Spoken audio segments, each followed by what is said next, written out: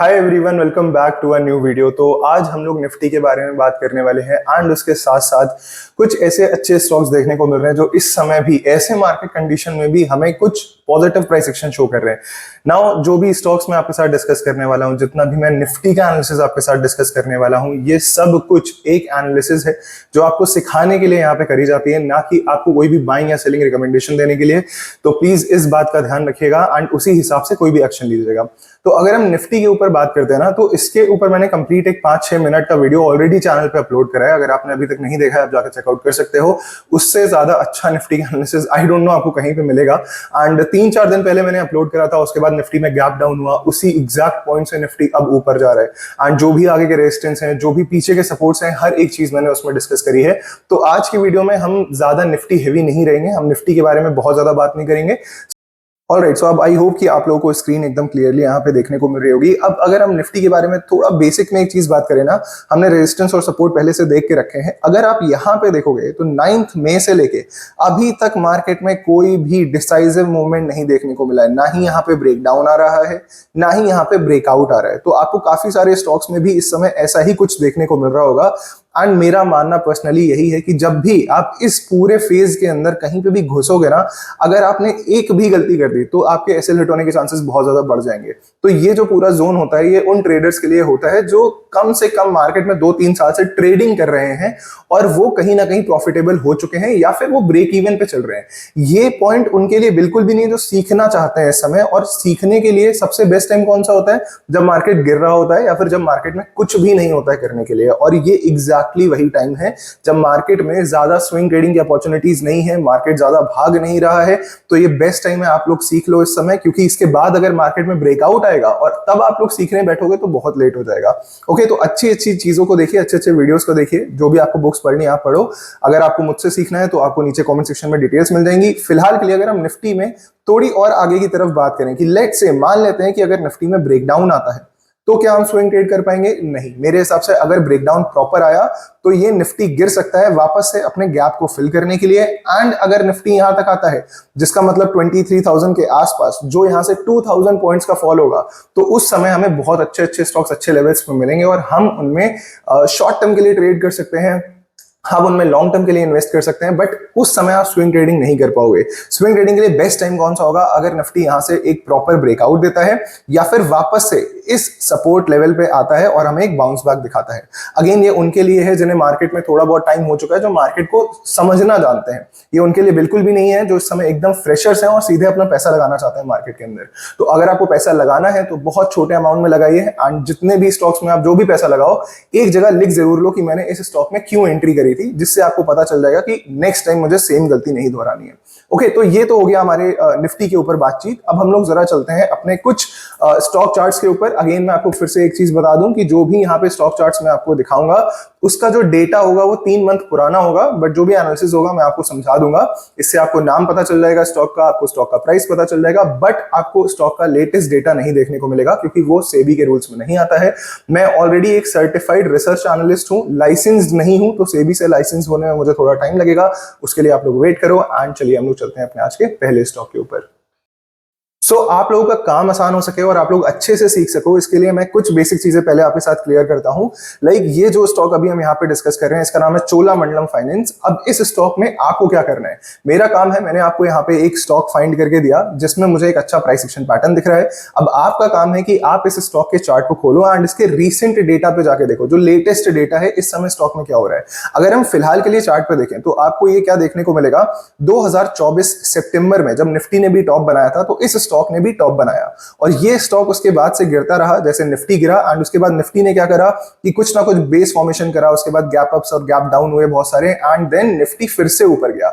But यहां पे एक पॉजिटिव चीज आप देखो, जब अप्रैल में निफ्टी हमारा काइंड ऑफ अपने बॉटम लेवल्स पे था। आपको याद है 7 अप्रैल जिस दिन लोअर सर्किट लगा था मार्केट में, क्योंकि चाइना और अमेरिका में कुछ ना कुछ इश्यूज देखने को मिल रहे थे।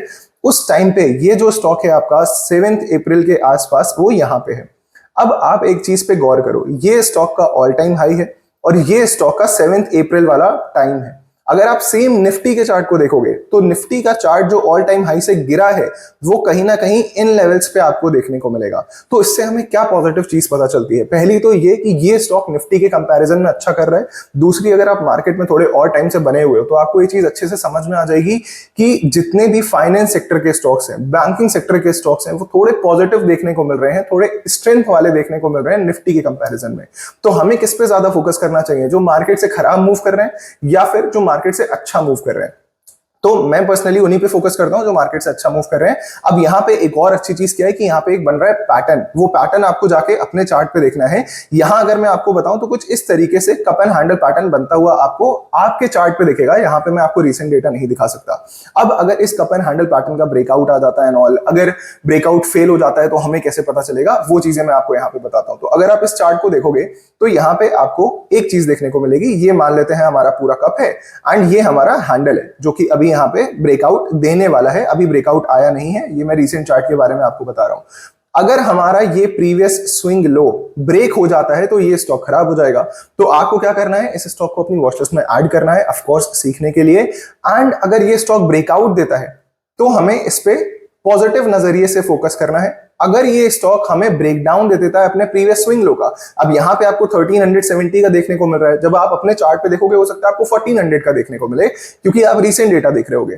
तो उस हिसाब से आपको स्विंग लो के नीचे स्टॉप लॉस रखना है। एंड अगर यहाँ पे ब्रेकआउट आता है तो आप इसको अपनी नजरों के सामने बना के रख सकते हो। अगर हम टारगेट्स की बात करें यहाँ पे तो देखिए बहुत सिंपल होता है। जब भी आप किसी भी रेंज के ब्रेकआउट का यहाँ पे टारगेट निकालोगे ना तो इस तरीके से निकालोगे कि स्टॉक ने कहां से गिरना शुरू करा, जो उसका रेजिस्टेंस पॉइंट था, एंड कहां तक गिरा। तो ये जो उसका लोएस्ट पॉइंट था, इसको आपको क्या करना है, मेजर करना है।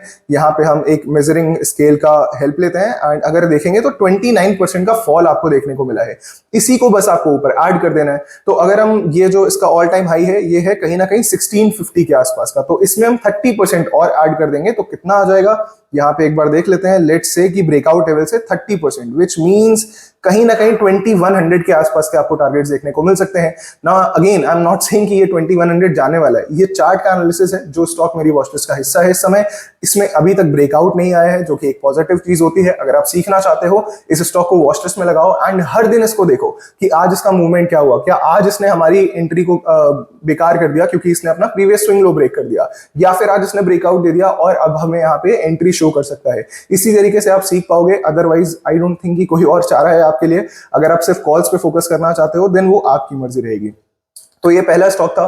कमेंट सेक्शन में जरूर बताइएगा कि आपको ये स्टॉक का एनालिसिस कैसा लगा। अब चलते हैं अपने सेकंड स्टॉक के ऊपर जिसमें और भी लंबा पैटर्न बन रहा है। लाइक ये तो 1 साल पुराना भी नहीं है। अब जो हम यहाँ पे डिस्कस करने वाले हैं वो multi year breakout kind of आपको स्ट्रक्चर देखने को मिलेगा।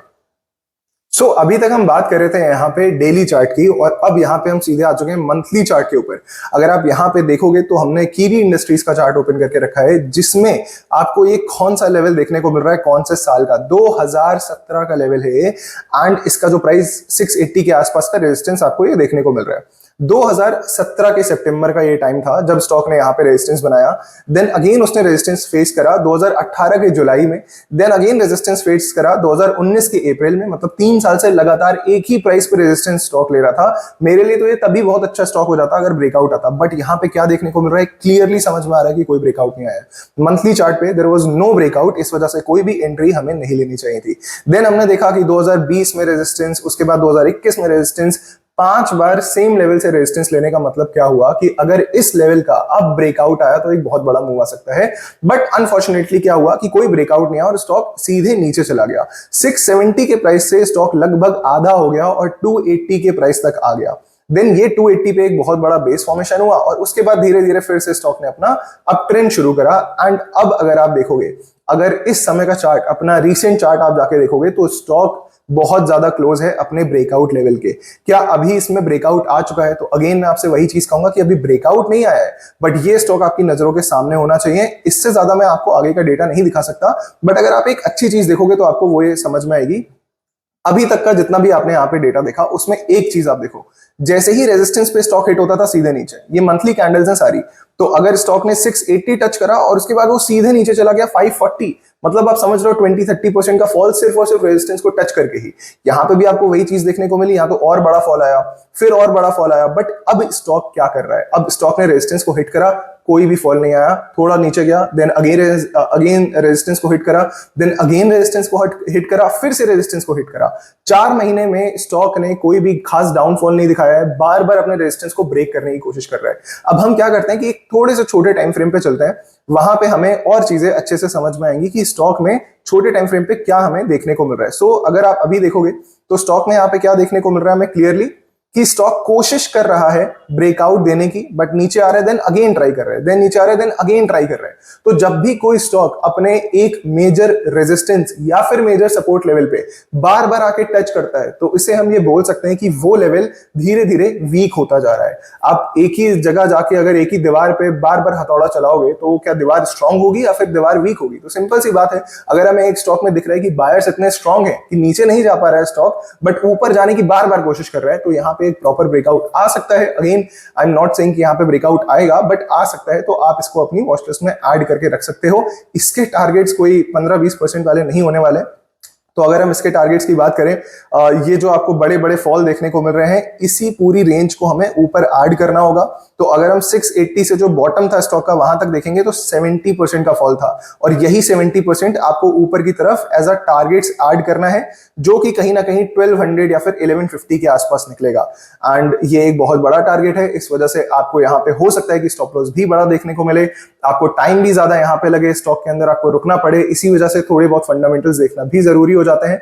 Now again coming on to the main thing, कि ये जो दोनों स्टॉक्स हैं इसमें कोई जरूरत नहीं है आपको बाइंग सेलिंग करने की, मैं कोई भी रिकमेंडेशन नहीं दे रहा हूं, मैं सेबी रजिस्टर्ड अभी के लिए नहीं हूं, तो आपको यहाँ पे मेरी कोई भी कही हुई बात को ऐसा नहीं समझना है कि मैंने स्टॉक बोला और आपने खरीद लिया। ये आपको सिखाने के लिए है, सो दैट आप लोग खुद से स्टॉक्स में एनालिसिस कर सको। अब कमेंट सेक्शन में आपका काम है कि आपको मुझे कुछ ऐसे स्टॉक्स बताने हैं जो इतने ही अच्छे दिख रहे हों, जो प्रॉपर एक ब्रेकआउट देने वाले हों, या फिर जो प्रॉपर अपने सपोर्ट से रिवर्स कर रहे हों। मैं 100% उनके ऊपर कोई ना कोई शॉर्ट या फिर कोई ना कोई वीडियो बना के आप लोग को जरूर एनालिसिस शेयर करूंगा। एंड यस, अगर आपने अभी तक टेलीग्राम चैनल ज्वाइन नहीं करा है जरूर करिए, क्योंकि वहां पे मैं आराम से चार्ट्स को डिस्कस कर सकता हूं। ऑलराइट, उसकी भी आपको कमेंट सेक्शन में डिटेल्स मिल जाएंगी। Thank you so much for watching guys, मिलते हैं हम लोग नेक्स्ट वीडियो में। All the best.